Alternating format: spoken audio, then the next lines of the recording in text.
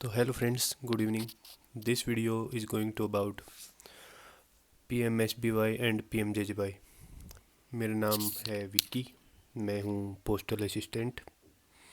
तो मैं PMSBY और PMJJY के बारे में आपको जानकारी दूंगा। अगर आपको वीडियो अच्छी लगे तो मेरे चैनल को सब्सक्राइब कीजिए, जिससे मेरे को मोटिवेशन मिलेगी और मैं और भी अच्छी अच्छी वीडियो डिपार्टमेंट के एग्ज़ाम के बारे में बताता रहूँगा आपको। तो इस वीडियो में हम पढ़ रहे हैं PMSBY और PMJJBY। PMSBY, PMJJBY और APY अटल पेंशन योजना, ये सभी लॉन्च की गई थी श्री नरेंद्र मोदी जी द्वारा 9 मई 2015 को कोलकाता से, वेस्ट बंगाल से। ठीक है, तो अब हम पढ़ते हैं प्रधानमंत्री सुरक्षा बीमा योजना। जैसे कि नाम में ही है इसके सुरक्षा, तो ये एक्सीडेंट से सुरक्षा के लिए बनाया गया था, कॉमन पर्सन के लिए। तो इसमें ये एक एक्सीडेंटल इंश्योरेंस है जिसमें आप 2 लाख रुपए तक का इंश्योरेंस ले सकते हैं। ये जो है इसकी एलिजिबिलिटी है 18 से 17 तक की एज के बंदे इसको ले सकते हैं। आधार कार्ड इसके लिए मैंडेटरी डॉक्यूमेंट है KYC के लिए। जो इनरोलमेंट है वो एक ही अकाउंट से माना जाएगा, ताकि चाहे आपके कितने भी सेविंग अकाउंट हो। अगर आप एक से ज़्यादा अकाउंट से भी ले लेते हैं तो सिर्फ एक अकाउंट का ही आप क्लेम कर पाएंगे, बाकी सारा आपका जो भी प्रीमियम है वो फोर्टफिट हो जाएगा, मतलब ख़त्म हो जाएगा। इनरोलमेंट डिटेल है इसकी।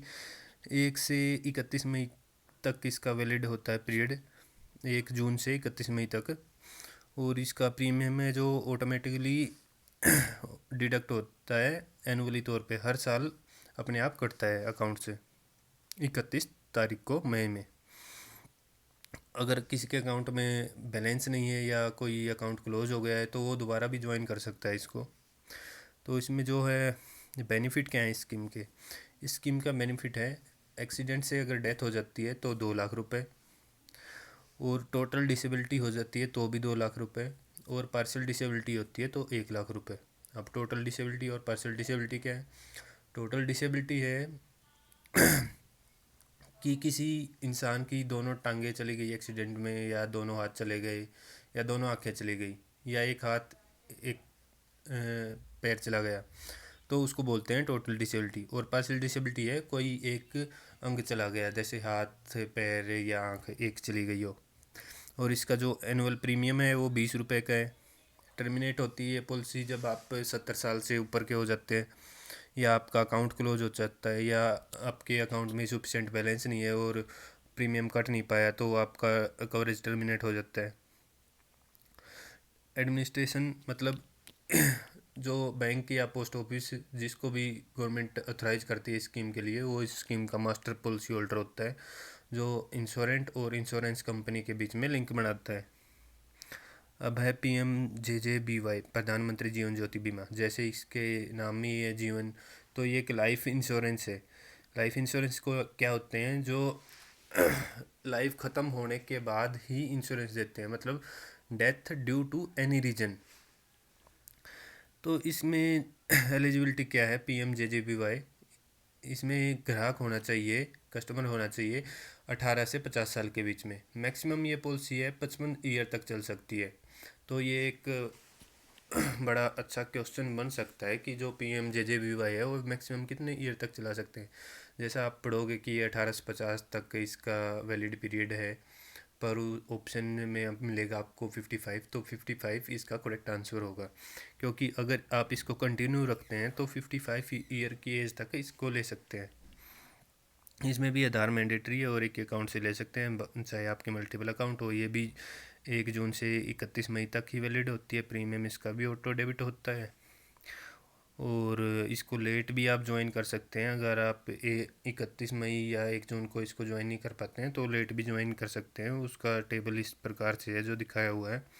जून से अगस्त में इसके लगते हैं 436 रुपये, जो कि इसका टोटल एनुअल प्रीमियम ही है। अगर जब आप जून से नवंबर के बीच में लेते हैं तो 436 से 99 रुपीज़ कम करके 327 रुपये लगते हैं, या दिसंबर से फरवरी तक लेते हैं तो 327 में से फिर 99 रुपीज़ कम कर दो, 218 रुपये लगेंगे। और मार्च से मई के बीच में लेते हो तो 218 से भी 99 रुपीज़ कम कर दो तो 109 रुपये लगेंगे इसके। तो 99 के कॉम्बिनेशन से आप इसको याद रख सकते हैं। ये कवरेज करता है 2 लाख रुपए death due to any reason के केस में। और इसमें एक लीन पीरियड भी होता है 30 डेज का। ये भी क्वेश्चन आपके एग्ज़ाम में पूछा जा सकता है। 30 डेज का लीन पीरियड क्या है कि अगर पॉलिसी जिस दिन से आपने ली है उस दिन से नेक्स्ट 30 दिन तक अगर कस्टमर की डेथ होती है एक नॉर्मल वजह से नेचुरल डेथ होती है, तो उस केस में ये कवरेज नहीं करेगा। 30 डेज के बाद ये हर तरीके की डेथ को कवरेज करेगा। बट 1 से 30 दिन तक का जो पीरियड है उसमें अगर डेथ ड्यू टू एक्सीडेंट होती है तो ये उसको कवरेज करता है 30 डेज के अंदर भी। एनुअल प्रीमियम इसका 436 है, जैसे मैंने बताया था आपको। टर्मिनेशन वही है इसका भी, जैसे कस्टमर टर्निंग 55 की एज से ऊपर हो जाता है तो इसका कवरेज ख़त्म हो जाता है, या अकाउंट बंद हो जाता है, या अनसफिशेंट बैलेंस की वजह से जो प्रीमियम है वो डिडक्ट नहीं हो पाता है। एडमिनिस्ट्रेशन वही बैंक या पोस्ट ऑफिस का मास्टर पॉलिसी होल्डर होता है, और जो कि लिंक बनाता है इंश्योरेंस और इंश्योरेंट कंपनी के बीच में। ये कुछ एग्जांपल है।